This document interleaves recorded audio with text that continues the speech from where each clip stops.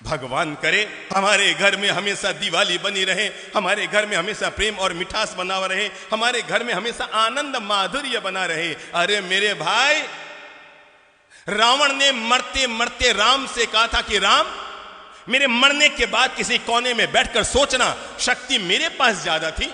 अरे मेरी तो पूरी लंका सोने के, तेरे तो अयोध्या में तेरा सिंहासन भी सोने का ना होगा। महादेव मेरी मुट्ठी में, शनि मेरे काख में, नवग्रह मेरे पांव के नीचे और यमराज मेरे कहे पे चलने वाला।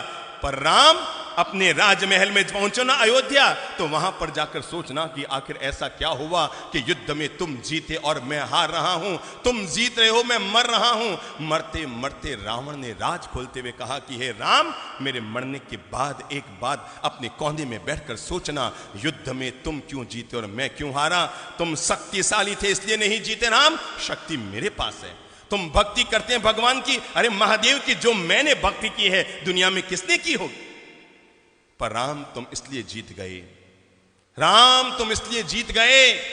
मरते मरते रावण ने दुनिया का एक गजब का राज खोला और पूरी मानवता के लिए, प्राणी मात्र के लिए और घर घर में रहने वाले भाइयों के लिए प्रेम का एक मंत्र देता हुआ दुनिया से गया रावण। और जाते जाते रावण ने राम से कहा था कि राम, मेरे मरने के बाद कोने में बैठकर सोचना, तुम इसलिए जीत गए, सिर्फ इसलिए जीत गए राम, तुम इसलिए जीत गए क्योंकि तुम्हारा भाई तुम्हारे साथ,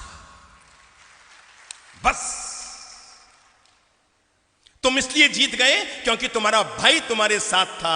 और राम, मैं इसलिए हार गया क्योंकि मेरा भाई किसके साथ, तेरे साथ था।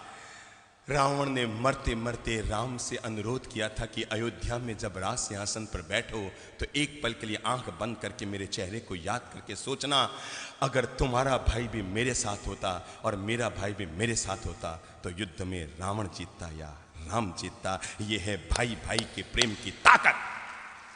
और जिस घर में, जिस समाज में, जिस परिवार में, जिस राष्ट्र में यह ताकत हुआ करती है, वहां पर दुनिया की कोई ताकत उस परिवार को कमजोर नहीं कर सकती।